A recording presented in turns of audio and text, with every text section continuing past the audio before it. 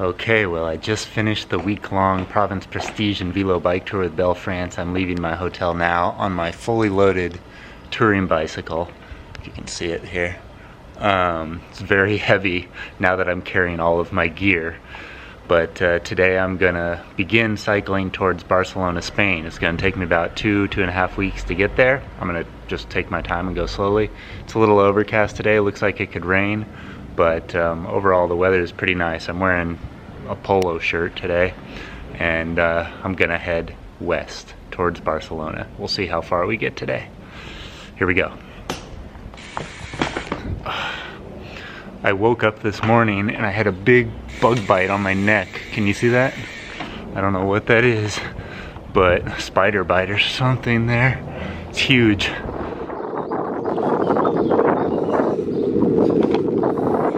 So today is Easter Sunday. It is very quiet. There's no one out practically. I'm sure that the roads are going to be pretty quiet all day long, which is great. And my plan tonight is to sleep in my tent. So Easter Sunday, in my tent, alone, in France.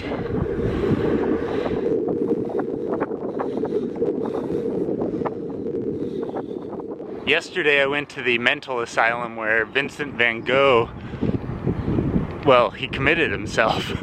He put himself in the mental asylum. And while he was there, he painted like 146, 148 paintings, some of his most famous works. And now that I'm biking around Provence, France, after seeing this Vincent van Gogh exhibit, I can really understand like his paintings a whole lot more. Like I can see his paintings all around me, what he was inspired by. It's pretty cool.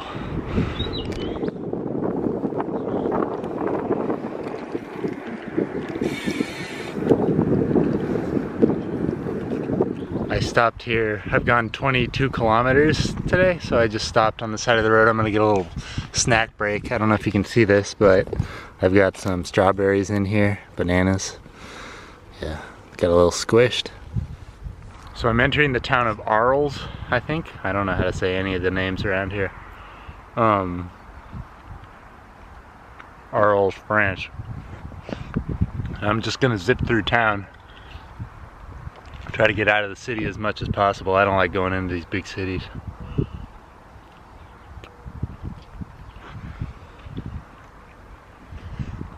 It's cool to see the big cities, and it's nice to go in to get food and stuff, but today everything's closed. I just want to ride.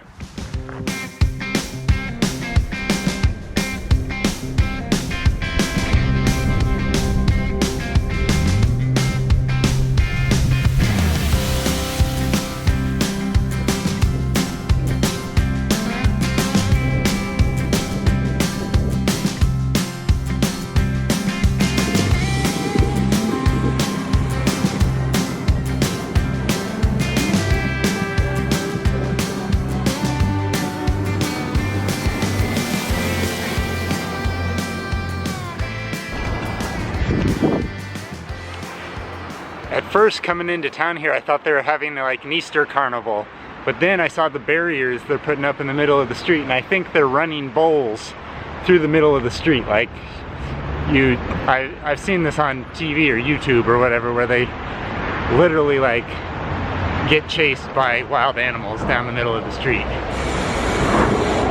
So now I'm crossing. This is really cool. I'm crossing the bridge over the river in like a little tunnel underneath the road. This is cool. The cars are up above me there, and this is the way I'm going. This is nice. Man, I like the graffiti. So the cars are up there to the left.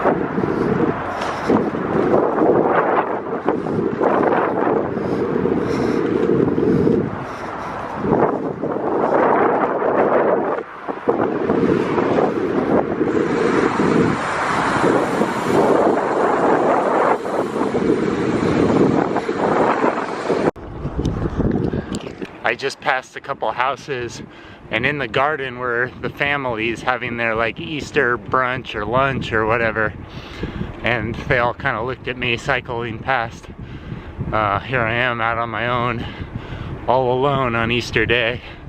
Everyone else is with their family.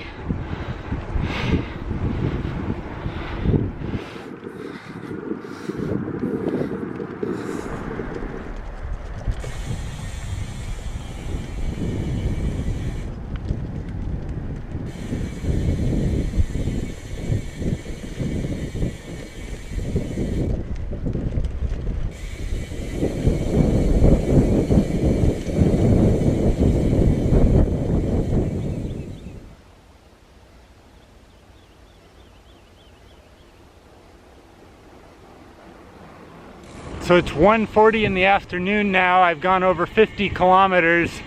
I have about 20 more I want to do tonight. There's a patch of forest up ahead that I think I'm gonna stay at. So it'll be a very early day for me, but I've been flying, just biking, flat roads, no cars, super easy cycling.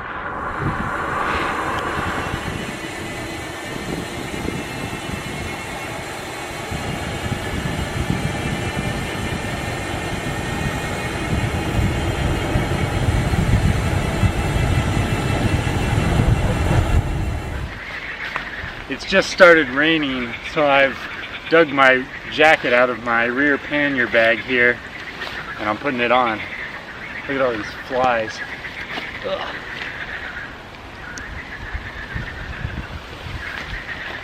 It's pretty early in the day, and I could go a lot further. I've gone 63 kilometers already. It's not even 3 o'clock in the afternoon. I could go a lot further today, but if it's raining, I may stop very soon.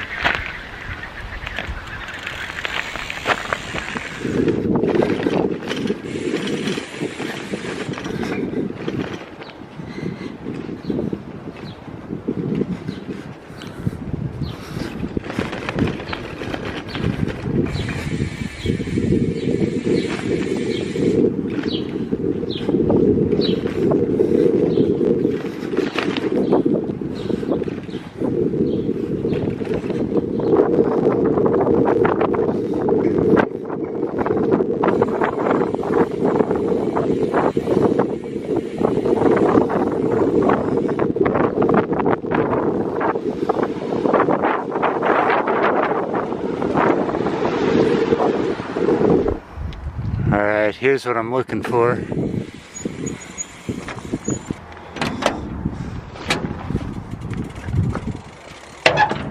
So it's still kind of raining, and I'm pretty sure that I'm just going to go up about 2 kilometers up into the mountains behind the city and find a place to camp somewhere in the forest. But before I do that, I want to make sure I have full water bottles. So I've come to the graveyard here to fill up my water here.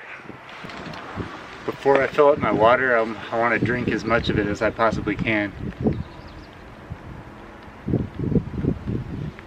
So I'm going to drink a bunch, and then fill these water bottles up all the way to the top, so I have a bunch of water for tonight and tomorrow morning.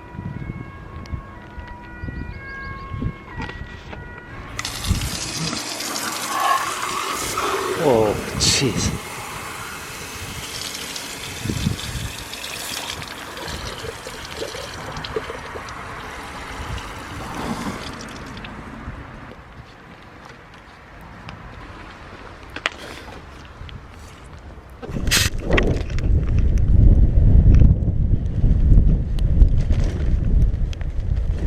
I'm basically looking for a place to camp now. The mountain straight ahead should provide me with some kind of cover for tonight. We're gonna go off-road here, I think.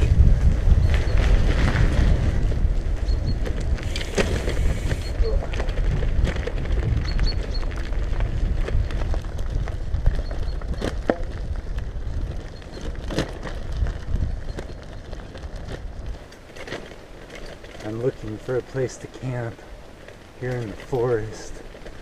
It's turning out to be a little harder than I thought it was going to be. Oh man, this looks good.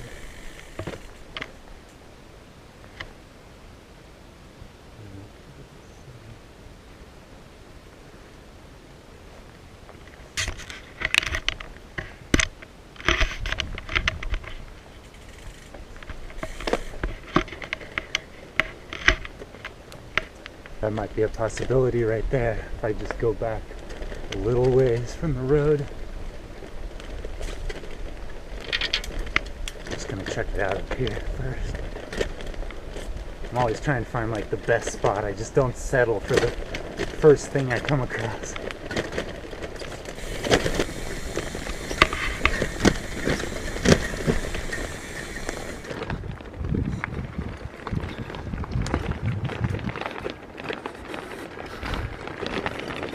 I wish I could just camp right there. I don't know.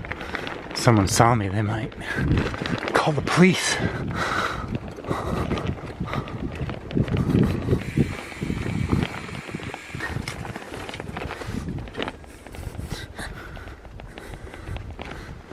Yep.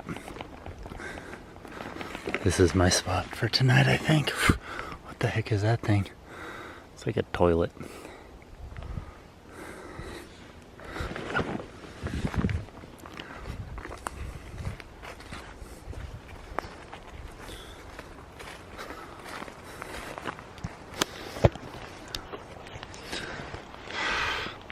I'm just scouting out the area to see what's around, see if this is a good spot.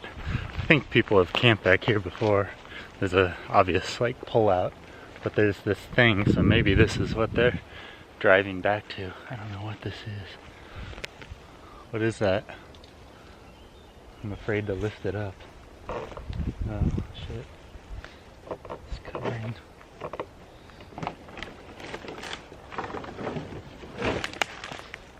Doesn't seem to be anything. It's just like the part off of something that's been dumped back here. Yeah. I think if I just put my tent over here, should be good.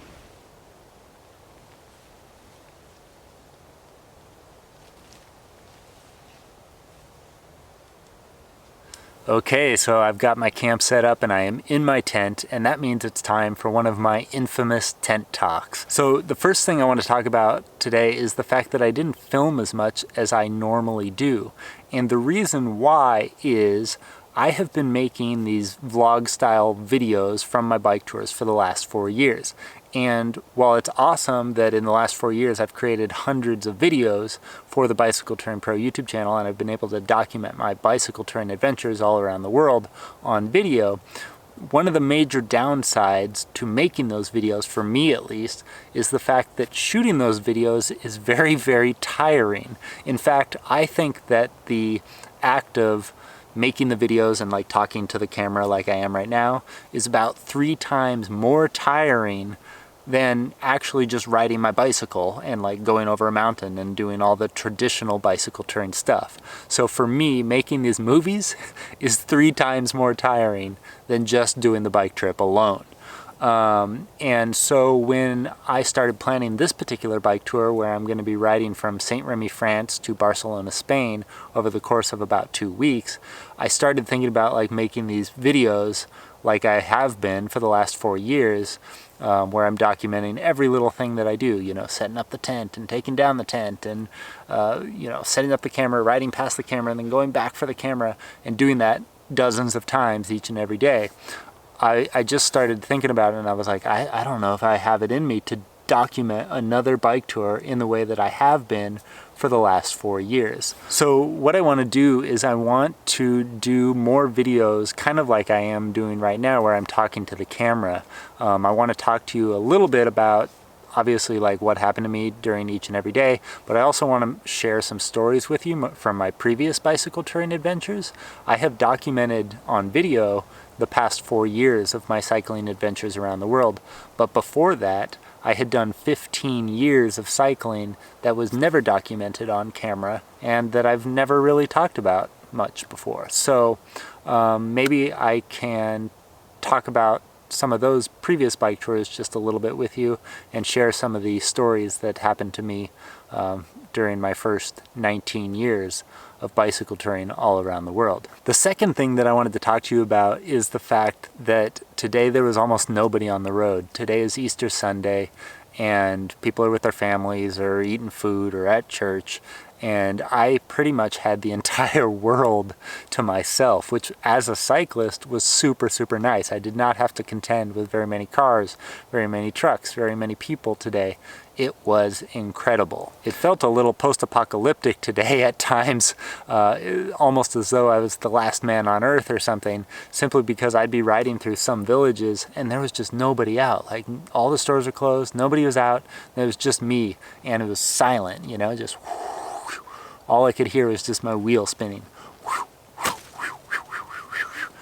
And yeah, I actually kind of enjoyed it, to be honest. But that's what I wanted to talk to you about, because as a bicycle tourist, someone who has biked around the world for the last 19 years, I feel like now I know what kind of cycling I personally enjoy. Like, I know which places I enjoy and I know which places I don't enjoy. I know which kind of roads and scenery I like and which kind I don't, you know? And one of the things that I do like about cycling or bicycle touring is when I can get to a particular part of the world where there's not a lot of cars, trucks, or people. I just don't like places where you're riding through traffic, where there's people everywhere, where you stop on the side of the road and there's just always someone around. It drives me freaking crazy. And you've probably seen that in some of my videos. I think I've let on that I like those sorts of environments more.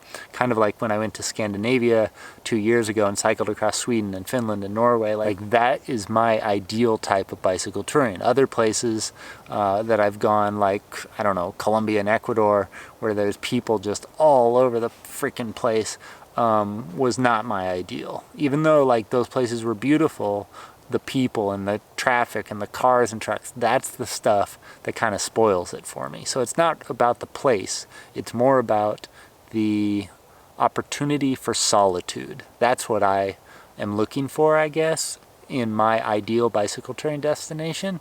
Is like, I want to have the possibility of sitting down somewhere on a park bench or on the ground or whatever and just having the entire place to myself. That's what I enjoy. But I know, obviously, that there are people out there that don't like that. That there are people that want to go to the big cities and go to the fancy restaurants and interact with a whole bunch of people, and they want that from their bicycle touring adventure. So as this video comes to a conclusion, I want to ask you, what do you look for in your cycling exploits? Do you prefer quiet, isolated places, more like myself, where there's no people around and less cars and less trucks? Or are you the type of person that prefers to have people around, conversations going all the time? Are you the kind of person that wants to go out to a new restaurant each and every night? Someone who kind of thrives on that energy, the hustle and bustle? Leave a comment down below. Let me know what you prefer, maybe in your ordinary life and in your cycling life as well. I know some people, they prefer the hustle and bustle in their daily lives, but when they go on vacation, they kind of want that solitude. Other people are the other way around. In their daily lives, they kind of want to be calm and relaxed, but when they go away on a trip or something, they want to have some excitement in their lives. So leave a comment down below. Let me know what you think. Are you, like me, someone who's always looking for solitude? Or do you thrive on the high energy environments, the cars, the trucks, the people, the restaurants, all that kind of stuff? Leave a comment down below and let me know what you think. Alright guys, so that's it for this video. Thank you guys so much for watching. I'm Darren Alf from BicycleTouringPro.com. If you want to learn how to conduct your own bicycle touring adventures, be sure to pick up a copy of my book, The Bicycle Touring Blueprint, or sign up for one of my video courses. Thank you once again for watching, commenting, liking, and subscribing, and I hope to see you out on the road sometime soon. Bye-bye.